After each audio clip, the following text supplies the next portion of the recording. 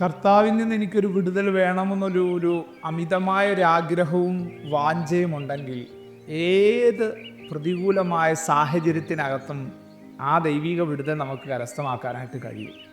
Morning മന്നായിലേക്ക് എല്ലാ പ്രിയരുടെ സ്വാഗതം. വീണ്ടും ഒരു നല്ല ദിവസം ദൈവം നമുക്ക് ദാനമായിട്ട് തന്നു.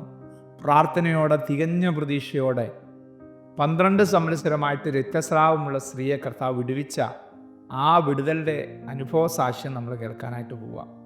വായിക്കുക മർക്കോസിൻ്റെ സുവിശേഷം 5-ാമത്തെ അധ്യായം 29-ാമത്തെ വാക്യം. ക്ഷണത്തിൽ അവളുടെ രക്തസ്രാവം നിന്നു, ബാധ മാറി, താൻ സ്വസ്ഥയായി എന്ന് അവൾ ശരീരത്തിൽ അറിഞ്ഞു. ഉടനെ യേശു തങ്കിൽ നിന്ന് ശക്തി പുറപ്പെട്ടുവെന്ന് ഉള്ളിലറിഞ്ഞിട്ട് പുരുഷാരത്തിൽ തിരഞ്ഞു. എന്നെ വസ്ത്രം തൊട്ടതാരെന്ന് ചോദിച്ചു.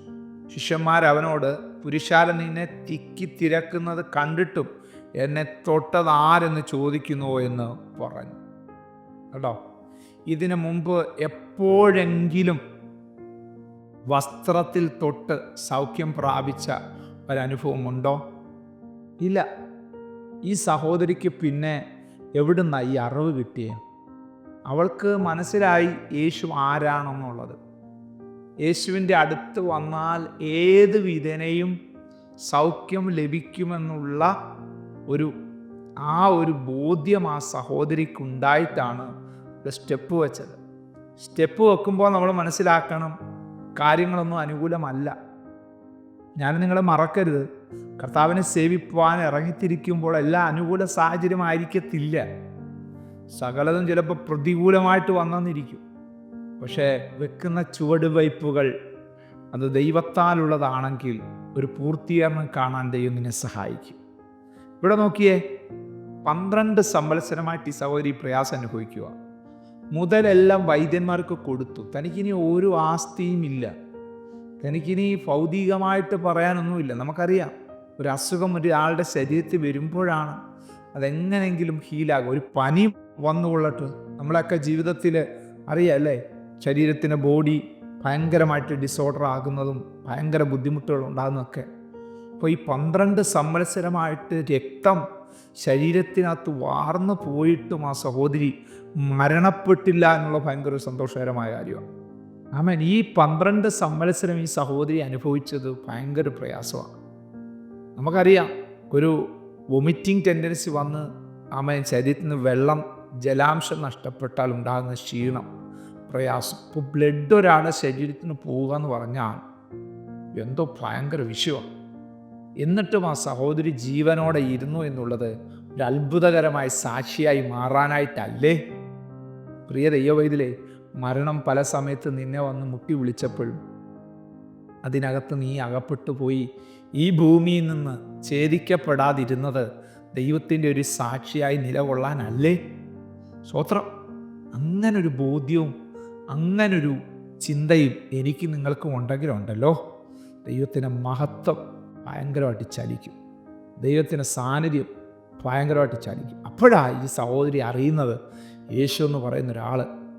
ആമേൻ, ഹല്ലേലൂയ. ഞാൻ ചിന്തിക്കുന്നത്, കർത്താവിൽ നിന്ന് ഏതെങ്കിലും തരത്തിലുള്ളൊരു വിടുതൽ ലഭിച്ചൊരു വ്യക്തിയായിരിക്കും എന്ത് ചെയ്തത്, അവളോട് ആ സാക്ഷ്യം പറഞ്ഞത്. അങ്ങനെ അവളുടെ ഉള്ളിൽ ആ വിശ്വാസം കയറിയിട്ട് അവൾ ചിന്തിക്കുക, യേശുവിൻ്റെ വസ്ത്രത്തിൻ്റെ തൊങ്ങൽ തൊട്ട് ഞാൻ സൗഖ്യം പ്രാപിക്കും. കണ്ടോ? എന്ന് വെച്ചാൽ യേശുവിനെ തൊട്ടാൽ യേശു അശുദ്ധനാകും. രക്തസ്രാവം, കുഷ്ഠരോഗം, അങ്ങനെയുള്ള രോഗങ്ങളൊക്കെ വരുന്നവർ ഒരാളെ തൊട്ട് കഴിഞ്ഞാൽ അവർ സന്ധ്യ വരെ അശുദ്ധനായിരിക്കണം എന്നുള്ളതാണ് വചനം, പഴയ നിയമ വചനം പ്രമാണം നൽകി തരുന്ന ചിന്തകളെന്ന് പറയുന്നത്. എന്നാൽ ഇവൾ പറയുക, ഞാൻ യേശുവിനെ തൊടത്തില്ല, വസ്ത്രത്തെ തൊങ്ങലിൽ തൊടും. തൊങ്ങലെന്ന് പറഞ്ഞാൽ മനസ്സിലായോ? അതിൻ്റെ അറ്റത്തുള്ള നൂലഴയിൽ തൊട്ട് സൗഖ്യം പ്രാപിക്കും. കേട്ടോ, അവളുടെ ആ നിശ്ചയദാർഢ്യത്തിന് മുമ്പിൽ അവൾ കടന്നു വന്ന ആ രോഗാവസ്ഥകൾ, അവൾ കടന്നുപോയ മാനസിക പ്രയാസങ്ങൾ, അവളുടെ നന്മകൾ നഷ്ടപ്പെട്ടു പോയതൊന്നും തടസ്സം നിൽക്കാൻ പറ്റിയില്ല. യേശുവിൻ്റെ അടുത്തേക്ക് വന്നപ്പോഴോ അവിടെ ഒരു വലിയ പുരുഷാരം. കഴിഞ്ഞ ദിവസം നമ്മൾ ചിന്തിച്ച പോലെ സക്കായി യേശുവിനെ കാണാൻ വന്നപ്പോഴുള്ളത് പോലുള്ള പുരുഷാരം. പക്ഷേ അവളുടെ അമിതമായ ആഗ്രഹത്തിന് മുമ്പിൽ, താല്പര്യത്തിന് മുമ്പിൽ അതെല്ലാം മാറിപ്പോയി. കേട്ടോ, അവൾ യേശുവിൻ്റെ വസ്ത്രത്തിൻ്റെ തൊങ്ങൽ തൊട്ടു. ക്ഷണത്തിൽ അവൾ സൗഖ്യമായി. ക്ഷണത്തിൽ. നോക്കിയേ, ആമേൻ, ഹല്ലേലൂയ. ആ വാക്യം കണ്ടോ? ക്ഷണത്തിൽ അവളുടെ രക്തസ്രാവം നിന്നു, ബാധ മാറി. അപ്പം അതൊരു ബാധയായിരുന്നു. രോഗമുണ്ട്, രോഗാത്മാവും. രോഗം ചികിത്സിച്ചാൽ സൗഖ്യമാക്കാൻ കഴിയും. രോഗാത്മാവ് വരുത്തുന്ന രോഗങ്ങളുണ്ടല്ലോ, ചികിത്സിച്ചാൽ സൗഖ്യമാകത്തില്ല. കാരണം ആ സ്പിരിറ്റാ. അതാണ് ഇന്നർ ഹീലിംഗ് പോലുള്ള സെഷനുകളിൽ ചിലത് ഏറ്റു പറയിപ്പിച്ച് ദൈവസേന കുറോൾ ഏറ്റു പറയിപ്പിച്ച് വിടുതലെടുക്കുന്നത്. ആ പിശാച് പോയാൽ വിടുതല. ഇവിടെ യേശുവിൻ്റെ നാമത്തിൻ്റെ ശക്തി, യേശുവിൻ്റെ ശരീരം നിന്ന് പുറപ്പെട്ട ദൈവശക്തി ആ ബാധയെ അവൾ അകറ്റുവാനായിട്ടിടയായിത്തീർന്നു. അടുത്ത നിമിഷം അവൾ സൗഖ്യമായെന്ന് മാത്രമല്ല, യേശു അത് ചെയ്തവളെ കാണാൻ വിളിച്ചപ്പോൾ മറഞ്ഞിരുന്ന സഹോദരി പുറത്തു വന്നിട്ട് കർത്താവിനെ മഹത്വപ്പെടുത്താനിടയിൽ. കർത്താവ് ഇങ്ങനെ പറഞ്ഞത്, സമാധാനത്തോടെ പോവുക, അല്ലേ? നിന്റെ വിശ്വാസം നിന്നെ രക്ഷിച്ചിരിക്കുന്നു. സമാധാനത്തോടെ പോയി ബാധ ഒഴിഞ്ഞ് സ്വസ്ഥയായിരിക്കും. പലരും ഈ വാക്യത്തെ കോട്ടി പറയാറുണ്ട്, നിന്റെ വിശ്വാസം നിന്നെ രക്ഷിക്കട്ടെ എന്ന് വെച്ചാൽ ഏത് വിശ്വാസമല്ല. ആ സഹോദരിയുടെ വിശ്വാസം എന്തുവാ? പുറകിലൂടെ വന്ന അവൻ്റെ വസ്ത്രത്തിൻ്റെ തൊങ്ങലിൽ തൊട്ട് ഞാൻ സൗഖ്യം പ്രാപിക്കും. അതായിരുന്നു ആ സഹോദരിയുടെ വിശ്വാസം. അല്ലാതെ നിന്റെ വിശ്വാസം നിന്നെ രക്ഷിക്കട്ടെ എന്നുള്ള ഏതെങ്കിലും വിശ്വാസമല്ല. ഹല്ലേലൂയ, മടങ്ങി വരട്ടെ. ക്ഷണത്തിൽ ആ സഹോദരി സൗഖ്യമായെന്ന് മാത്രമല്ല, ദൈവത്തെ മഹത്വപ്പെടുത്തി, ദൈവത്തെ സ്തുതിക്കാനുള്ള ക്രമീകരണമായിട്ട് മാറാനിടയായിത്തീർന്നു. ഈ സന്ദേശം ഇവിടെ ഇപ്പോൾ പറഞ്ഞ് അവസാനിപ്പിക്കുമ്പോൾ നിങ്ങളുടെ ജീവിതത്തിനകത്തും മറുപടിയില്ലാതിരിക്കുന്ന വിഷയത്തിനകത്ത് ക്ഷണത്തിലൊരു ദൈവപ്രവൃത്തി വെളിപ്പെടാൻ പോവുക. നിങ്ങളുടെ ജീവിതത്തിലും മറുപടിയില്ലാതിരിക്കുന്ന വിഷയത്തിനകത്ത് ക്ഷണത്തിലൊരു വിടുതൽ വെളിപ്പെടാൻ പോവുക.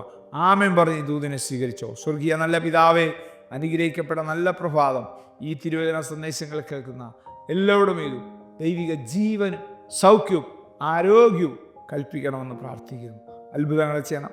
മഹത്വം അങ്ങേക്ക് യേശുവിൻ നാമത്തിൽ തന്നെ. ആമേൻ. Praise the lord. Morning manna സന്ദേശം ശ്രവിച്ചുകൊണ്ടിരുന്ന എല്ലാ ദൈവമക്കൾക്കും സ്നേഹവന്ദനം. പാസ്റ്റർ ബിനു വട്ടപ്പാറ. ഈ ദൈവവചന സന്ദേശങ്ങൾ തുടർമാനമായി ലഭിക്കുന്നതിനായി 9745600023 എന്ന വാട്സാപ്പ് നമ്പറിൽ ബന്ധപ്പെടാവുന്നതാണ്. നമ്പർ ഒരു പ്രാവശ്യം കൂടി ആവർത്തിക്കുന്നു: 97 45 60 00 23. ദൈവം നമ്മേവരെയും അനുഗ്രഹിക്കട്ടെ. God bless you.